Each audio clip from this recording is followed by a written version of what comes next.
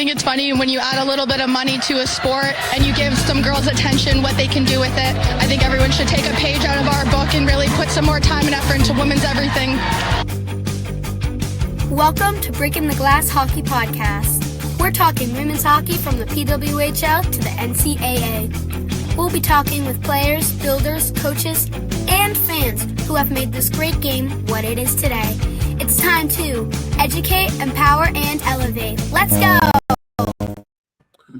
Welcome to Breaking the Glass Hockey Podcast with yet another intro. Linda, what's her name? I want to make sure. That is my lovely goddaughter, Rowan LaMontagne, out of Dedham, Massachusetts. She plays for the Junior Terriers. I do hold it against her. I gave them hard enough time about getting on that team, but they love it and they love that program. And so she did that intro for us. So Chelsea, we are, just to fill you in on that, we're taking recordings from, like, we had Kelly's daughter do it, who's 16. Brownie had a friend do it. It's a pretty cool, fun thing to do, to have someone new intro. Time, so. Well, you alluded to our guest. So yes, another Linda Rolodex deep dive. We for episode 6 here, we have Chelsea Walkland, the reigning national champ, coach of the BK Selects. And hand up, this is my first time at nationals, and I was seeing BK Select. For some reason, I had it in my head it was like some team from overseas that was coming here. Just sounds very exotic and foreign. But Robert Morris University, a 4-year player, 5 years coaching back at RMU, another 5 at Colgate, and this was first year national champs with the U19. I mean, not a big deal. That's some job security right there. But Chelsea, welcome to the podcast. Thanks for taking some time. Yeah, appreciate it. Thanks so much for having me on. And what an intro. Wow. Yeah. I got 4 little kiddos of my own. I could probably solicit maybe an intro appearance for you there, Linda. Can get 100%. That's exactly where we're going for. Yeah, that's right. And to cap off your intro for Brownie, thank you, Brownie. The most important job of all, which is momming. Mm-hmm. Momming and spousing, right? And combining all that with an amazing career as a coach. Tell us about the kiddos. How many, their names? We know you got almost got a full lineup over there, right? Yeah. We're at 4. My wife and I, we've got 4 little kids, and my name being Chelsea, I'm the C. My wife's name's Kobina. She goes by Kobe, so she's a C. So we started this thing that seemingly is backfiring to us.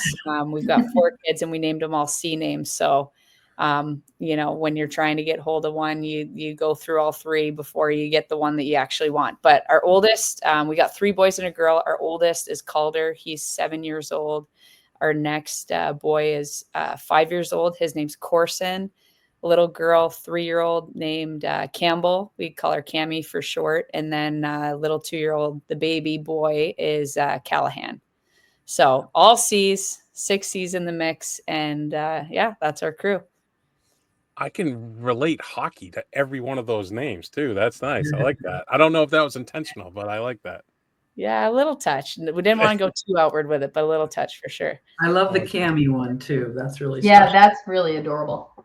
Yeah, so Cammy Granato was always kind of my favorite and my idol growing up. I wore 21 in college, and so I always enjoyed watching her. So we liked the name Campbell, but Cammy was had intentions of calling her that, and that was quick to follow after. Yeah, it's a fun name too. It just, I guess, knowing Cammy as well, the name just always makes me smile. Yeah, it's a good one. Yeah, I think as it transcends generations, so like you could talk to somebody younger than yourself and they would say that, right? It just continues. It just continues, and it's so great. Yeah. But I love that you just talked about the significance of your number, because that's like, Brownie does all our prep, right? He gets everything ready. He does a rundown and a sheet so that we get ready, which we appreciate. And that's one of his things. What's the significance of your number? Checked it out. Checked it out. Nice work. Yeah. I will say with the little girl named Campbell too, the players that I'm coaching, and then her brothers are trying to to call her Soupy all the time too. So I know Campbell sometimes gets that nickname. So she's like, it's warming up to her. I think that's it too. Might help you with the stuff over, calling the kids names, just switching to an S for a little while, right? Switch it right up. Yeah. Well, that's amazing. And, probably just, again, as a former coach and then having started my family, after I coached, it's so impressive. It's just, we had Jackie come on from Wisconsin, and, she's got her kids, and it's just, I know it's such a grind to be in that lifestyle in the NCAA, especially, but any program where you're committed to, the development of the student athletes. So just keep going. Yeah. I think it's mental time as much as it is physical. You become so attached to your players or, the kids that are not yours, but, then to free that mental space when you get back home and like really, put it all aside so you can focus on your at home children. Yeah. Try and be We just have one, so it's really hard for me to imagine, but cheers to you. It's awesome. Yeah, I play beer league with an 8-year-old, and I'm like, holy smokes. Yeah, no, I appreciate you guys saying that. It's like they always say, it takes a village, and like we've been really fortunate everywhere we've been. Most recently at Colgate, and then this past year moving back home. I grew up in Rochester, so my parents, my sister are still here. And then the Colgate community, like we just had our people in our village, and everyone kind of helps out when you're on the road. Families would get together and stuff like that. And it goes a long way. And what I will say too is with your players, a lot of them, part of the recruiting process, how good are you at hockey, but how good are you as a babysitter? Like the ones that maybe have younger siblings or something like that. We're always trying to gauge that now too. What are your baby character check, right? Like that. Yeah, exactly. So I love that. That's awesome. And I will say, referencing Rochester, obviously I'm living in Rochester now. So, for our listeners, I'm about, Chelsea and I figured out yesterday we live 11 minutes apart. Oh my goodness. She's 5 miles from here. Her house is closer to my kids' school. Yeah. But where the line falls, her kids are actually in a different elementary school. So we're already talking about like, God, we got to get our kids together in the summer. I mean, I've got an 8-year-old boy, you've got a 7-year-old boy. Let's go. So, and we shared some geographic proximity yesterday where we're like, oh my God, isn't this crazy? I kept screenshotting maps to her and being like, this is how close we are. So I had the amazing opportunity to spend 2 hours yesterday over at BK at the high school in the facility with Chelsea. That was so great. I was thinking and reminiscing a little bit, Chelsea, thinking, when did I meet you? Right. So I finished coaching in 2014, and you were kind of coming in right around that time, a little bit before. So I'm thinking it was obviously probably USA Hockey camps on the tail end, but I was like, wow, we can call it a decade. There you go. I think we can call it a decade. We've always been able to stay in touch, right? So yeah, absolutely. Time's so that's I want to thank you so much. We're gonna circle back, go full circle on that with BK, but just my tour yesterday and what we discussed with BK, and really get a chance to highlight what an amazing situation you have there. But before we do that, let's just talk about let's just walk it back to being a player at Robert Morris, because I think it's just a very interesting. Did your light go off in there? Yep. I gotta move. Sorry. Yeah. Oh, there we go. It's like when your watch tells you it's time to get up and you're like in the dentist chair. Yeah, we're back. Just talk about playing at Robert Morris and like kind of how you got there. Like, what was your recruiting process like? Like, how did you choose Robert Morris? And obviously, I know you have, such an affinity for that program, having gone there and had a great experience. But tell us a little bit about that process. Yeah. So I committed to Robert Morris, and I was part of their second year ever of the program. So brand new program. Recruiting process looked a little different back then than it does nowadays. So I actually committed in my grade 12 senior year. I played in New York State. They would have the Empire State Games. And so I was lucky enough to make one of the teams there. And one of the coaches was Jody Katz at the time. And so I played for her, and she was actually on staff with Robert Morris. So that was kind of the connection, and in terms of where my recruitment with them started. In terms of like what I was looking for, I knew I wanted to play hockey. My family is really important to me, so I wanted to be relatively close to home if I could. So I had a couple D1 schools, couple D3 schools kind of in the mix. And then when hearing about Robert Morris being a new program, just the opportunity to go there, maybe have an impact right off the bat, to help establish a culture and help kind of, just be all in on helping start a program off the ground was really exciting. And then I was really fortunate. I got to play with one of my best friends, Mallory Giambra. We grew up playing together as well. And so the two of us went the same year. So to have a buddy to go off and play with was really special as well.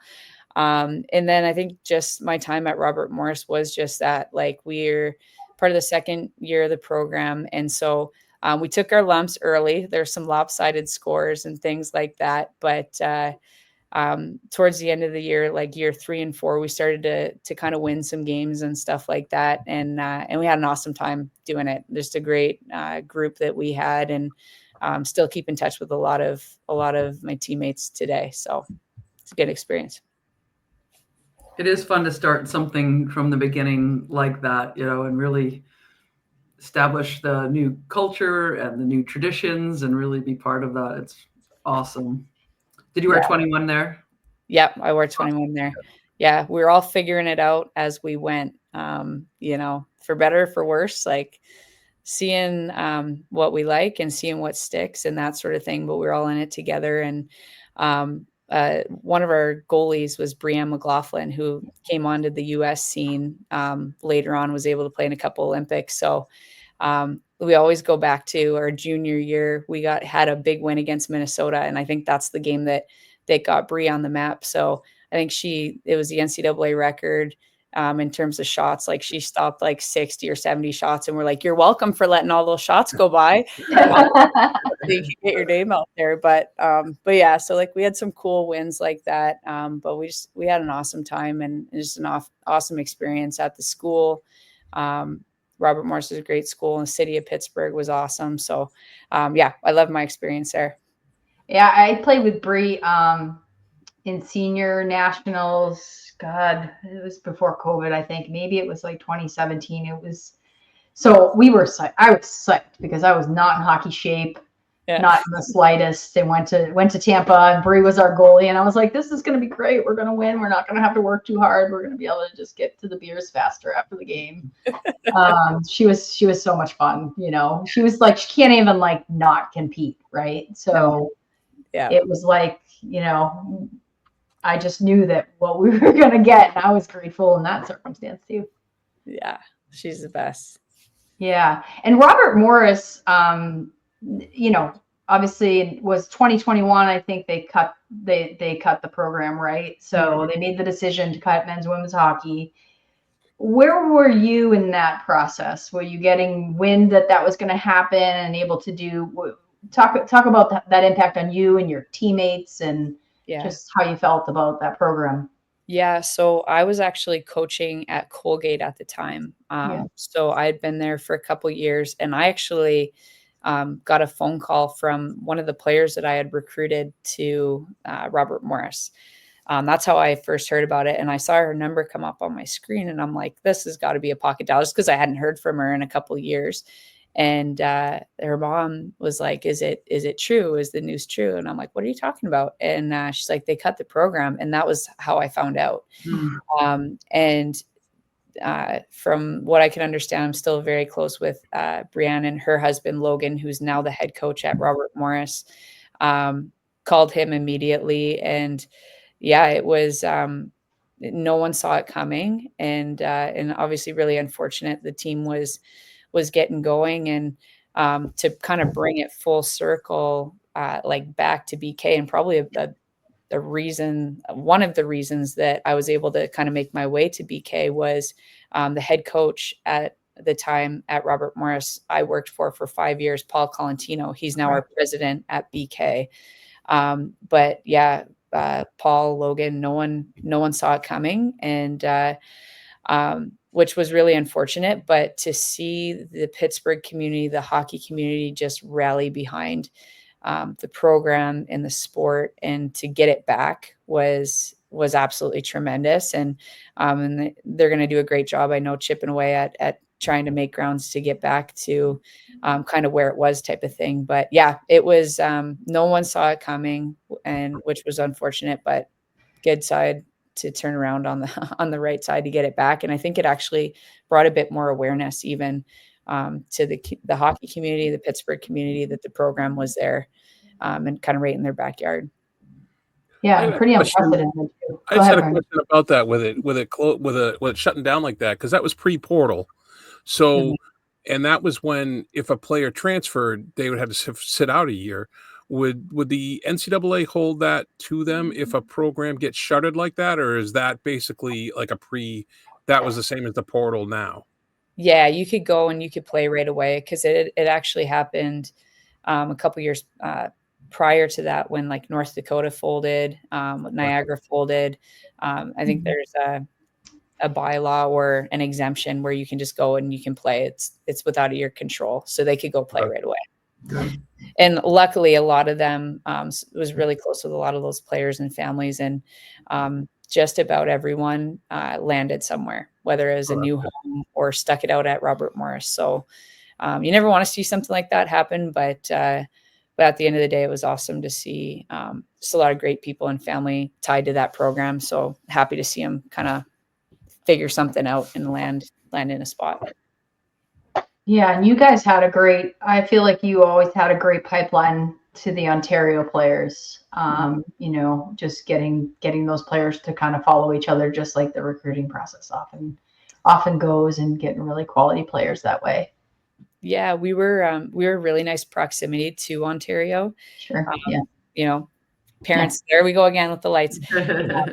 So parents grow up, they're watching their kids. Like, a lot of times they want to come and continue that. So it was really nice in proximity to Ontario. And then we just kind of, like, towards the end of the time that I was there, we started kind of making some inroads in Michigan and like Western Canada too. We were kind of starting to find a little niche there. So yeah, I'm going to get the lights. Jokey. It doesn't look that different, to be honest with you. No, it's not too bad, just so you know, when it goes off. I mean, not like mine. I was telling these guys my light comes in and out. So we're still figuring it all out over here on our BTG podcast with our offices and such. All right. So let's just talk about, I think the evolution of getting into coaching is so great. You got to coach. Wait, hold on though, Linda, before you go too far, I want to share this, because I found this from Robert Morris. Oh, yeah. Let's walk it back. Oh, wow. Yeah. Look at that. That's a program from Robert Morris there. That's a great program. A whole bio, action shots, stats. I was very pleased when I saw that. Yeah. Pretty impressive. I'll be able to send that to you, Chelsea, later. So you can have it. It's always awesome when you look at like the gloves. Like, the gloves look a little bulky, right? They look a little heavy and a little bulky for this day and age. Yeah. And you have a good headshot. That's always nice. There you go. Crazy story actually about the equipment. We would have, like, again, a newer program. We would have kind of mismatched. We didn't have like a sponsor or anything in the early years. And in 2009, because we call it the Fire of 09, the crew team used to store their batteries in our equipment room, and one caught fire. And so it like torched a bunch of our gear. And so from then on, we had Bauer after the school. So we called it the Fire of 09. They got us a sponsorship. So if you got my year 3 or 4 photo, I'd be decked out and a little more uniform. Makes it better that it wasn't, to be honest with you. Yeah, I know. I love it. Awesome. So you start out as director of hockey ops, right? At Robert Morris. That's right out of your grad year. Yep. Was that I don't know what I want to do yet thing, or is it I want to see about this, like, if you're a contributing member, any coach is any player that wants to stick around, right, and help out. Yeah. That has a good influence on the team and is a leader. Yeah. It's a no-brainer. But where was that? Like, was that I need some time to figure it out, or I want to see about coaching? Yeah. So I always knew I wanted to coach, but I never, like, I had growing up, two girls that I played with, Nicole Scateri, her dad, Rob Scateri, was a coach at RIT. And then Allie Hills, her dad was a coach at Geneseo and then moved to RIT, and he's still at RIT today. But so growing up, I could see that coaching as a profession. So that kind of always piqued my interest. When I went to Robert Morris, I studied sport management there. And then sticking around that extra year, I still had the bug. Like, I still wanted to play. And I started kind of looking into overseas like opportunities, but there wasn't like, it wasn't as straightforward on the internet and websites and stuff like that. So there was like some opportunities that I was just kind of like trying to do some research on and maybe probably could only afford to do it for like a year if I was able to do something like that. And then my current coach at Robert Morris, Nate Handerhan, he knew I had some interest in coaching, and he's like, I can make this a grad assistant program. You could get your master's degree, you can stick around. And so that's what I ended up doing. I did my master's in instructional leadership, which was an education base. So I think I told you, Linda, like if I wasn't coaching, probably teaching in some realm would be kind of the path that I would have gone down. But so for that to happen, a handful of my friends that I had played with, or my teammates, they stuck around the Pittsburgh area that year too. So it was kind of a no-brainer. Stick around. I did hockey ops, which I would recommend to like anyone getting into it. It was a long year. It was a hard year of just like being in the fire of every situation, because it's just like equipment, learning how to sharpen skates, laundry. It's like kind of all the ins and outs, travel, logistics, stuff like that. So nothing really coaching related that I learned that year, but like for the first time after having played 4 years and kind of not even realizing what goes on behind the scenes in order to have things go smoothly, to have your meal show up on time and your equipment be in your stall every day. That was a good experience for me to do that, and a great opportunity to get a degree while I was there. So I stuck around for that 1 year before making my way back home to Rochester. So I was at RIT for 1 year, which kind of kickstarted my coaching career. And let's not shy away from the fact that you guys were national champs in D3 that year, right? So this isn't your first national championship. First year, and then you get that pressure right away. Everyone says, now what? What are you going to do? So that's pretty wild. Stepped into an awesome team that RIT had. They had much like our team at BK this year, the year prior, they had lost in the championship game as well. So I stepped into just an environment and a program, again, of great people, great athletes, great families, and these guys were hungry. They got so close, but didn't get what they wanted at the end of that year. And, I think stepping into that in my first year of coaching, I realized it was a special group, but then like years go by and then you look back on the group and you're like they were hungry, like every day. It was just it was a great culture, and like everyone did a little bit extra, and everything was for the team and everything like that. So I think you could be naive to it when I step in and then like we just win, but then you have years to I had nothing to compare it to. So you go through and, but yeah, really special opportunity to win a national championship with RIT last year, that they were D3 too, because they made the jump that following year. So it was pretty special growing up watching RIT hockey to be able to have an opportunity to be part of that. Awesome. That's so great. You're right. You have nothing to compare to when you start that way, right? But I was thinking a little bit about when you were talking about choosing Robert Morris. Did it come down to RIT or Robert Morris? Because the pull to stay home. Yeah, I was talking to RIT a little bit at the time. The pull to stay home was is really close with my family, but I think ultimately the opportunity to play Division I and the opportunity to also, like, I grew up my whole life in Rochester. I stayed home to play. Like, I didn't go away for prep school or anything like that. So I think the opportunity to go somewhere that it was a little bit over 4 hours away. My dad will always tell you, he's like, it's 200 something. He always drove it. But the opportunity to get away and live on my own for a little bit. And again, like I said, do it with my best friend was what kind of drove that. It sounds like the perfect distance too, just far enough, but close enough as well. Especially if you already had the inclination that maybe coming back home is what you wanted. Nice to have a little break and then have the feeling of returning.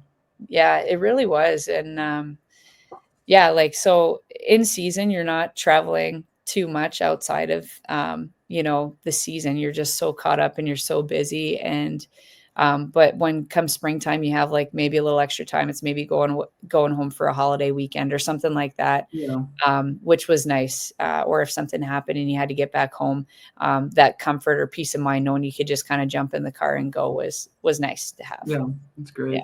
Yeah, here's the lights, guys.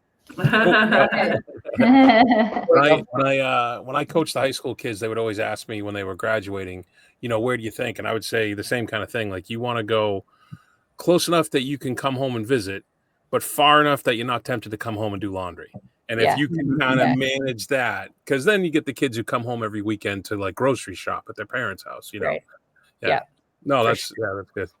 I had the opposite. I chose Northeastern University, which is only like 20 miles away from Acton. But then my parents moved to upstate New York to be near the Rome Air Force Base. So no kidding. I stayed close, and they're like, "We're out of here then." Yeah, we're out. They were just moving away once they got rid of you. They were like, "Oh, she's gone. We can go." We definitely broke that rule with the laundry, Brownie. I mean, I had all my teammates from Minnesota, Ontario. That was the primary two spots where people were coming from at the time, other than local. And we were on that MBTA train, taking the train out to Melrose every Sunday morning, probably hungover, with our laundry. My dad getting us at the train so we could go do our laundry, throw all the loads in. My dad would do it all. He'd change it all. He'd just take naps and lay around.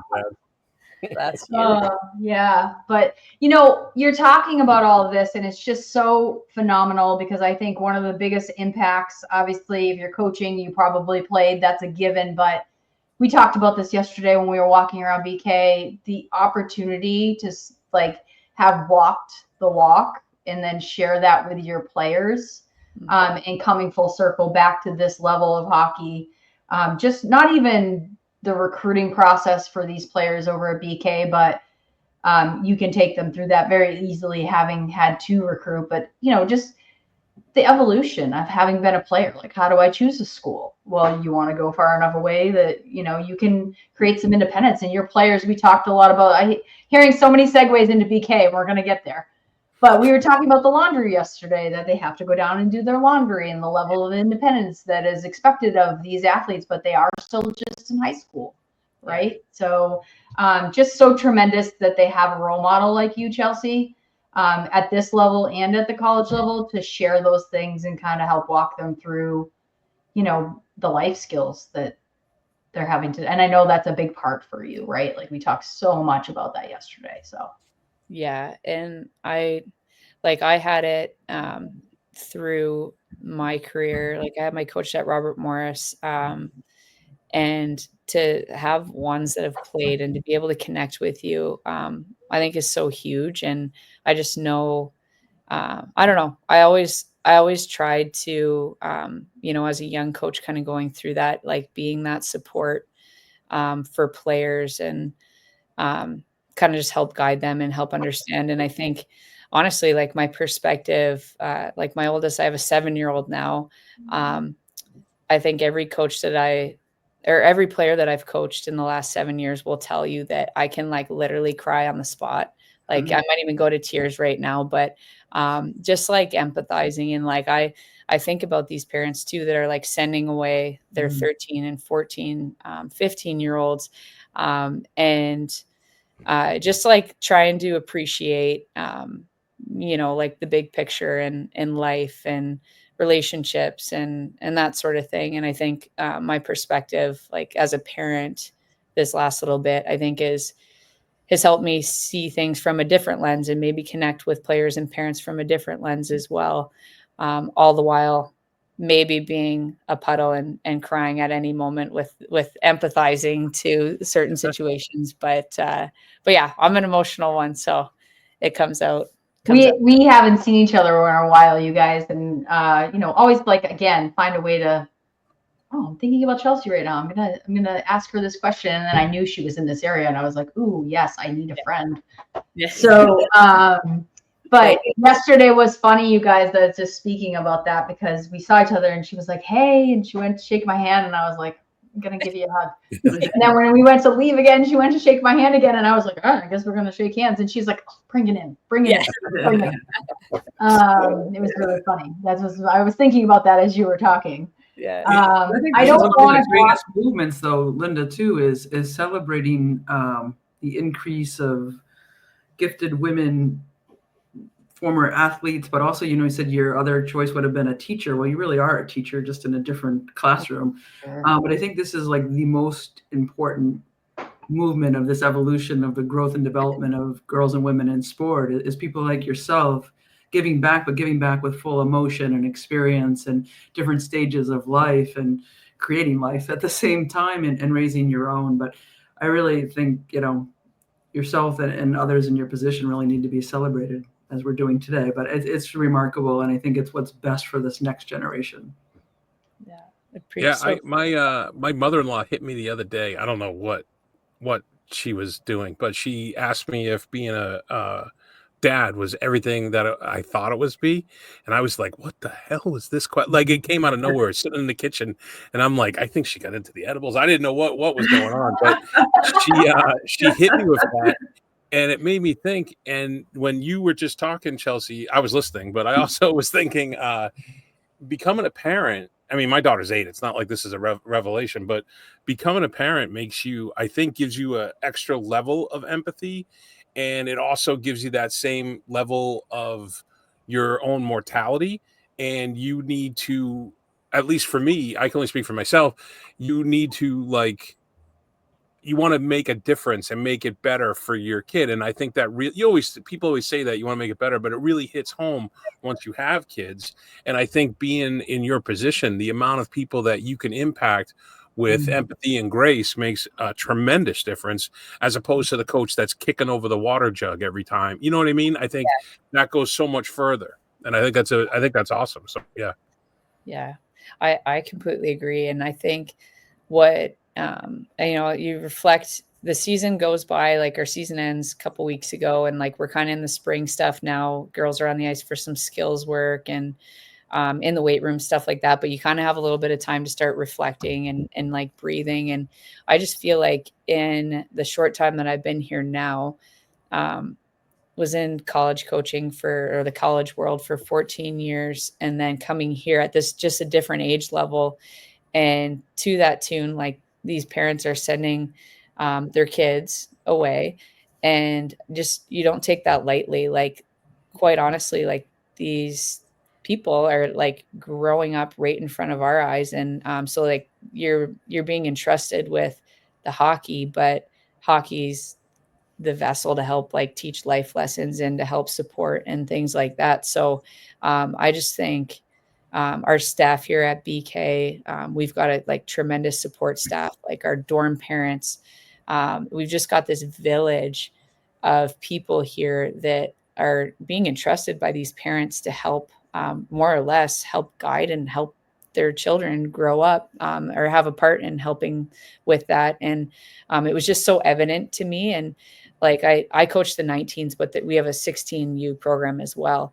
And I see these like young people come in August, and by the end of in that like U16 year especially, they're like completely different people by the end of Mhm. the year. They're growing, they're changing. And so I just think in a short time that I've been here, I think to your point there, Brownie, like the impact that you can have is really tremendous. And yeah, it's something that I love about it.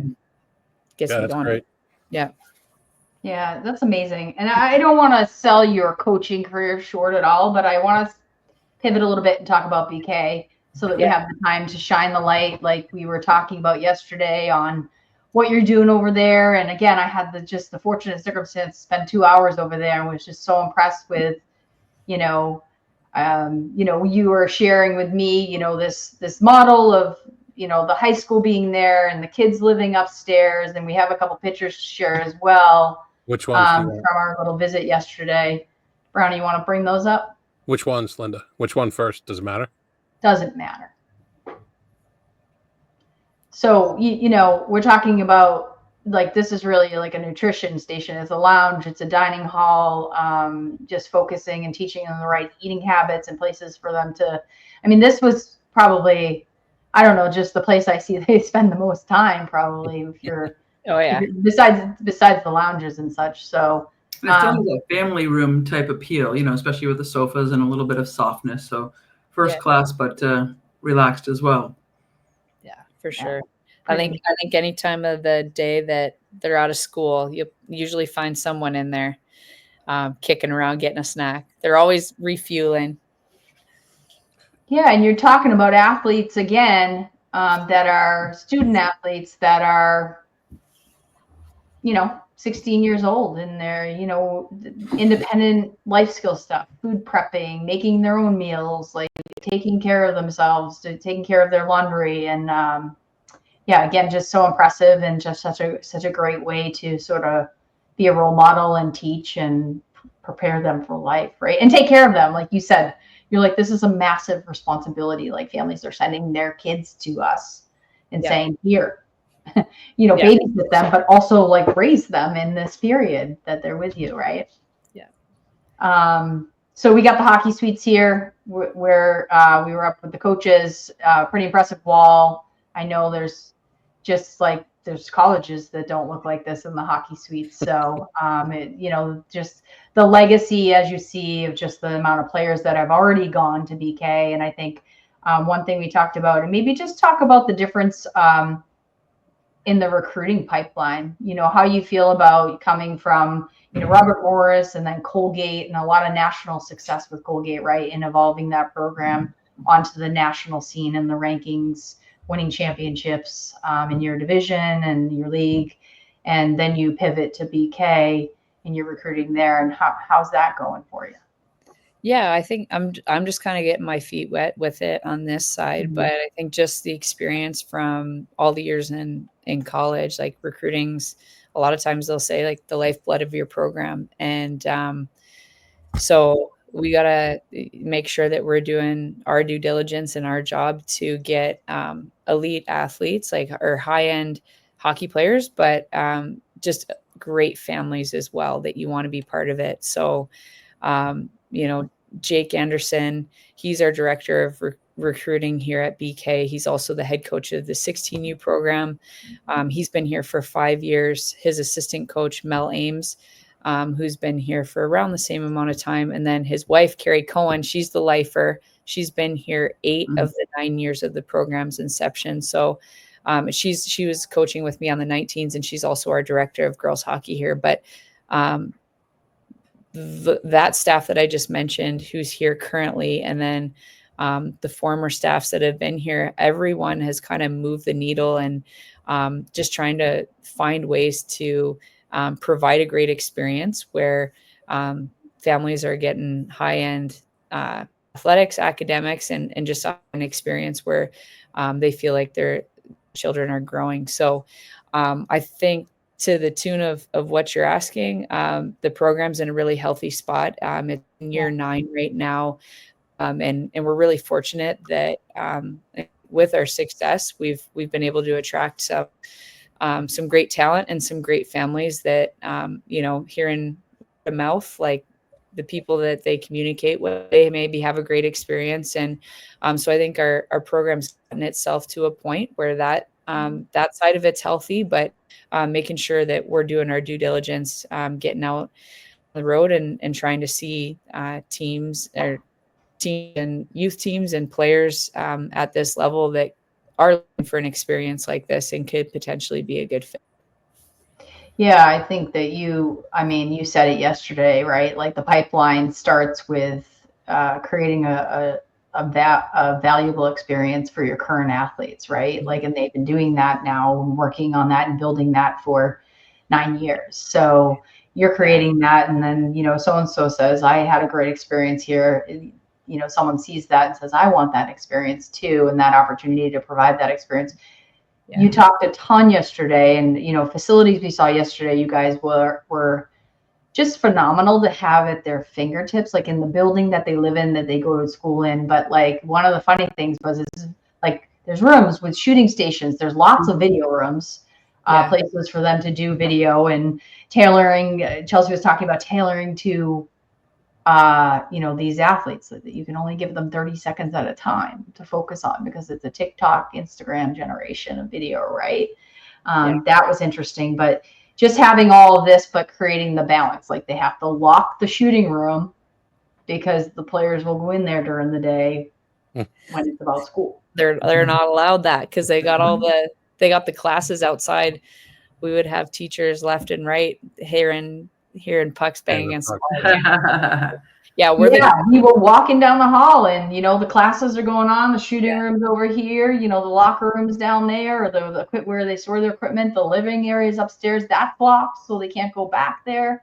I mean, it was such an impressive setup and process, and some really high end areas. And I know you shared that Paul Colantino has been a big driving force behind sort of upgrading some of those really nice lounges and tech savvy areas, right? Yeah.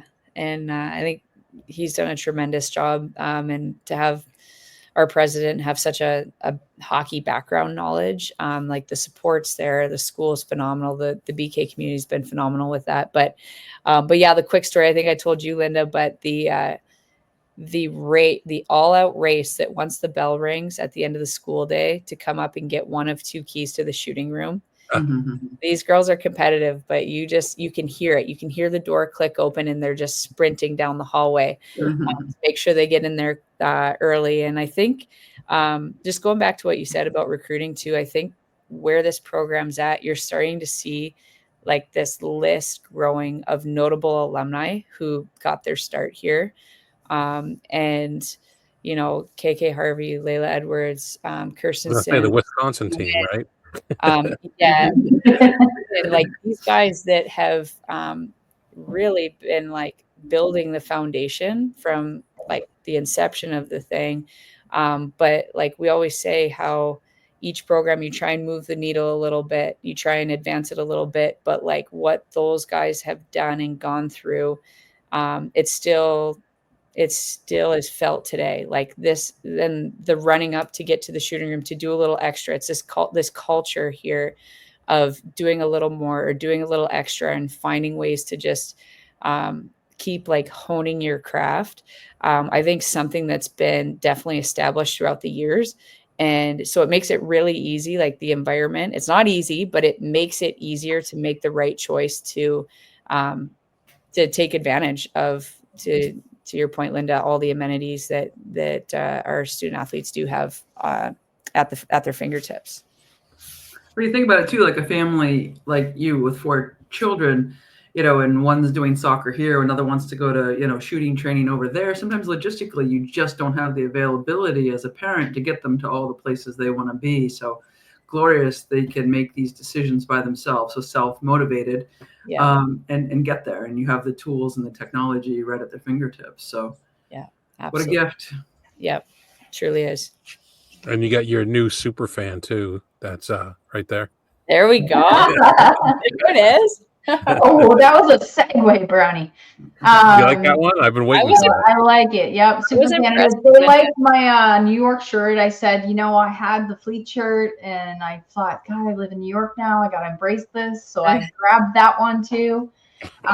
The one mistake we made, Chelsea, was I was thinking, because I say this on our podcast all the time, if people want to send me gear, I'll wear it on the podcast. And I was like, I didn't get a BK shirt, so I could have wore it. I wore USA Hockey today, but I try to get in my hockey mode when I'm coming What's the on. first thing I said to Linda? She's like, "Oh, I'm going to BK campus." I go, "If you hit that equipment room, I'm an XL, so grab whatever you can." Yeah. We'll get you guys some swag. We'll get you some swag. Hey, Yeah. we'll wear it. Free promotion. That's what I said. Every time I'm like, send it on over. I'm so outdated in all my stuff, all my USA Hockey stuff. I think I won on a raffle or something at a Northeastern Golf Tournament. I was like, freshen up the fits here. You guys do have a great look and the logo and everything. I mean, it's just full top quality, first class. So, but the logo is very powerful. Yeah, thank you. So the school actually is going through a little rebrand. I don't know if you saw, like we posted something a couple weeks back, but you can see above my shoulder here, the red and black, that BK selects, that's going to transition to, I don't have it, but more of like a light blue, baby blue with the black and the grays. So Bishop Kearney, the school is light blue. So in an effort to kind of just continue to bring, cohesion amongst the school and kind of uniformity amongst that. So look out. That's a little teaser for jerseys for next year. But we'll definitely. I like those colors too. I'll take the old stuff and then I'll take the new stuff. Okay. No problem. Right. But I like those. Happen. I know some people. Great. So great. I want to just give you a shout out again and just really just sort of put you on the pedestal with what you said about the extra. You kept saying it's all about doing the extra. And in your quote for the national championships that I read on the USA Hockey site, you said a lot of people just don't see the extra that these players do to, it's not just about putting a really bunch of, high hockey IQ, talented athletes together. It's about all of those little things and teaching them the extra, or them wanting to do the extra and putting in the work behind the scenes. I think you used the word extra yesterday probably like 12 times, right? Like it's all about the extra. It's all about the extra. And having the opportunity to provide like a forum, a facility, mentors, and a place for them to really grab onto that, because that's a life lesson, right? Like do extra. Yeah. For sure. So talk about that as a player too. Would that be like, would you consider that your coaching philosophy, basically, to simplify it down or to water it down to be like, just do the extra? Was that kind of like your mindset? Yeah, I think it's, I don't know if generally like the overall philosophy, but I think it's something that like reflecting throughout the years, like those programs that I've been able to be a part of that have been afforded success. I think it's definitely a common theme. And we kind of say it, we're like, what they're doing every day, it's not easy. Like right. It's hard. I think just showing up to practice it's hard harder some days than others. Some days it's easy, some days it's hard, but like to show up and find a way to give what you can that day. And our goal kind of throughout the year as a program, like we wanted to be the best program in the country at getting better. And so we really try and like focus on that process, and it's little by little each day. It's not you flip a switch. And I think that's something like heading into nationals that, again, as you reflect, I think we talked about putting in the work throughout the entire way. And then it's like, no one takes away that preparation from you. You're ready. The saying that we kept saying is the hay's in the barn. So we're like, we are not cramming for a test come nationals. Like it's not hit the gym extra now. And it's this abnormal thing that we've been doing. Like, no, we've been stacking it, fill in the barn, every day throughout the year. And so I think from a physical standpoint, a mental standpoint, like our players, we wanted them to know that they felt ready, and it's that work that they've put in. And then I think, Coach Carey and myself, like our goal as coaches was to try and teach and implement and find ways to build on our style of play. That so come end of the year, our players just go out and play.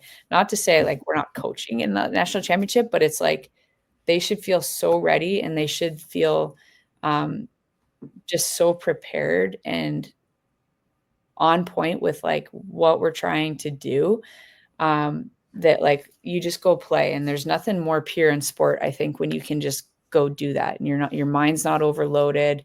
And I feel like our players, they got there. And I think like what you see happen is, you alluded to it, every day, like we'll give them hockey homework. We'll send a 10-second clip, a 30-second clip in our group chat.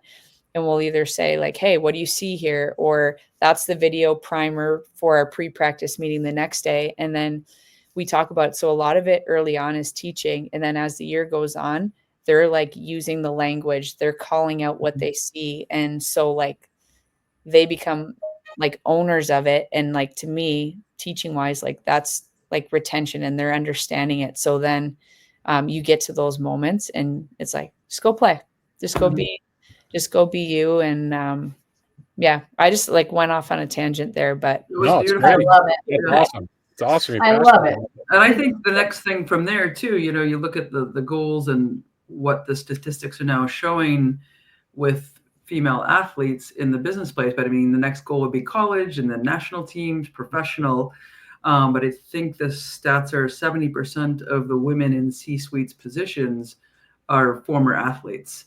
And so again, you're not only preparing them for sport, but for life and for whatever they want to do in business or research or wherever they're going. They've learned how to work hard and what it means, and to see the results from that work and doing it with others, right? So that's sort of the big thing, to be able to be a good teammate for life. yeah, I think it's massive, like what you can learn through sport. And I'm not going to reiterate what you just said there, Kelly, but you just said it so eloquently. Like, I don't know if there's another better teacher, being part of a team and all those things. I think you're right on with it, and the statistics are on with it.